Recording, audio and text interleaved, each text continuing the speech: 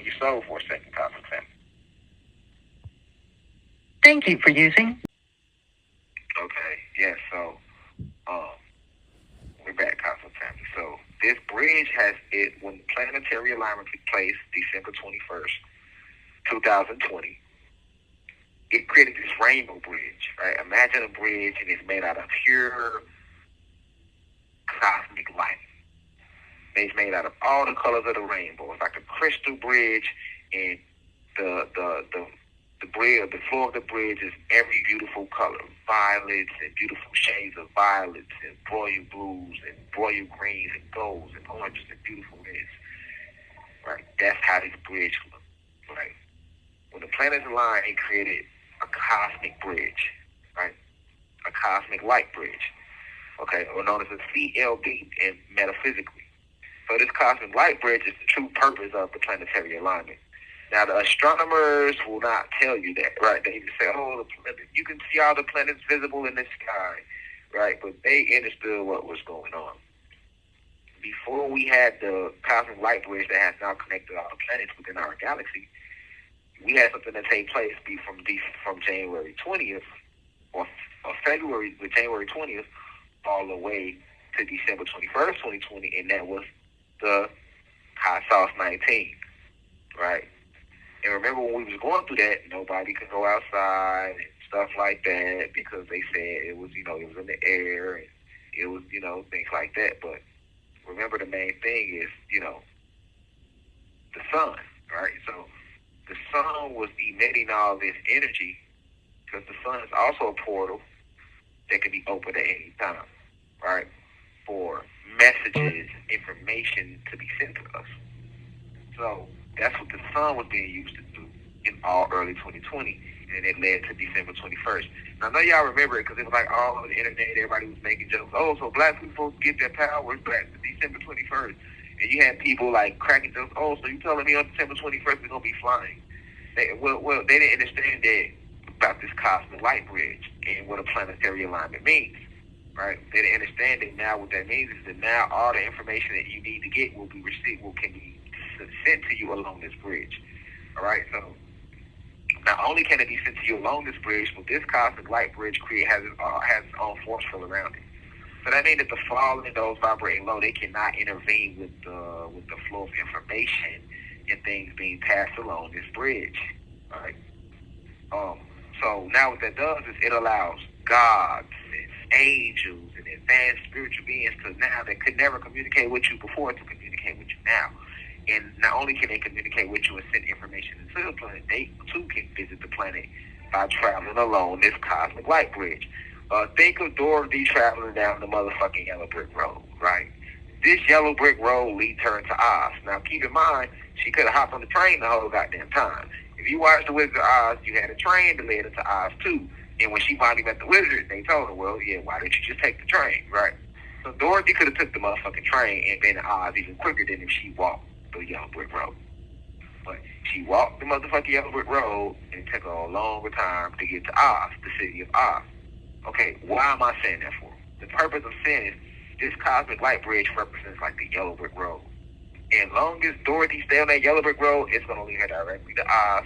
She can send information down that road, or she can herself come down that road and come to Oz. It's the same way with our ancestors and our cosmic family, which is these extraterrestrial races and who are communicating with us now.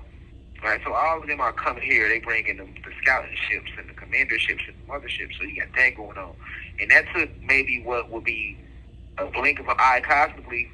That took 5 years in this time in time space matter that has been created on this physical realm. Because time isn't real, and there's no such thing as space, right? Because life is everywhere, and you know what I'm saying. So there's no such thing as space either. But that's a deeper download for a later time. I'll expound upon that later. But basically, the time and space is not real. But in this reality right now, because they created time, it took 5 years for these extraterrestrial forces to make it down this cosmic light bridge and into our planet. So into 2025, the 9 years, right? What you see now is you see these extraterrestrial races. They are making their entry onto the planet. And I'm not talking about the bad ones. The bad ones been here. I'm talking about the good ones, the Galactic Federation, the Council of Cosmic Light, and on and on and on. Right? So now that they are here, because the vibratory rate of the planet is rising, people are starting to see them. So what you will notice is last year coming into this year, you saw the UFO sightings starting to increase. And it ain't the bad ones. The bad ones been here. The bad ones was the ones hiding that didn't want you to know they was here because they had been living off our frequency by eating our bodies and our body parts. Right? The insectoids and the greys, they survive off the body parts of white people, human beings. While the draconian reptilians and the Pleiadians, they like to drink the blood of us, the gods, blacks and Latino people. I'll repeat that again. The four alien races that are here helping Zeus, helping Satan, these are evil alien races. These are bad guys, the bad ones. The insectoid race and the grays, which are normally when they show big of an alien, they show you a gray, right? Those are the little guys, the skinny bodies, skinny necks, big heads, gray skin, big black eyes, small lips, like no lips, just a little slit for our mouth. Those are known as grays, right? You have different types of grays, but I want to stay basic. That particular race of extraterrestrial is known as a gray. Okay, so the grays and the insectoids, which is a separate race, they like to live off the body parts of human beings, meaning they like to keep the flesh and the organs of Caucasians, Chinese, Japanese, Mexicans, Dravidians, and Arabs. While the Alpha Draconian Reptilians, or Reptilians for short as they are known, and the Pleiadians, they like to drink the blood of the gods and goddesses, which are your black and Latino people of today. Okay, so in your Pacific Islanders and your other Asians that are not Chinese and Japanese, this is how they survive. Okay, so we have been a food source to them this whole time, and because we are a food source, they did not want the people to know they were here. Just like a lion is hunting its prey. The lion does not want its prey to see it coming, so what does it do? If the lion will just run out into the middle of the safari and hop on the buffalo ass. No, the lion hides and blends in with the bushes. It does not want the buffalo to know that it's there. And then once it gets close enough, the pounds hop on the buffalo, eat it, kill it, drag it away. And it keeps continuously doing that over and over and over again, moving in stealth. Okay. That's the same way that these fallen alien races have been. They have been eating us and living off us, kidnapping us, or waiting until we die, or setting up systems for us to die quicker, even though we can't die, but for you to leave your avatar so that they can have the body, the flesh, and eat the organs, and they can still get some of your life force from when you was in the body through your blood, right? So drinking of our blood and things like that. This is what all this is about, helping to keep them alive. Okay, so we were not able to fight them back because we were not, one, aware that they were here like that, and two, we don't have the natural capabilities. We have forgotten who we are. We have forgotten our power. So it's just like if you ever seen the movie Hook back in the day with Robin Williams when he played Captain, he played Peter Pan.